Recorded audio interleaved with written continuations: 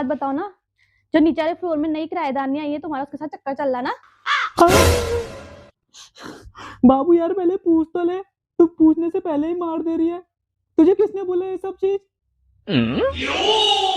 मुझे किसने बताया ये बात छोड़ो, लेकिन तुम्हारा उसके साथ चक्कर चल रहा है, ये सच सच बताओ मुझे। अरे यार बाबू ऐसी बात नहीं है, तुमसे कौन बोल रहा है ऐसा? ऐसा कुछ भी नहीं है। अच्छा तो खाओ मेरी कसम कि तुम्हारा नहीं चल रहा उसके साथ चक्कर। अरे यार बाबू तुम्हारी कसम यार, नहीं चल रहा है मेरा चक्कर उसके साथ। और वैसे ये बता तुझे ऐसा बोला किसने?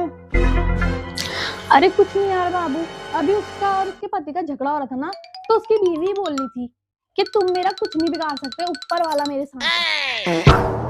क्योंकि ऊपर तो हम ही रहते ना, तभी मुझे तुम पे शक है।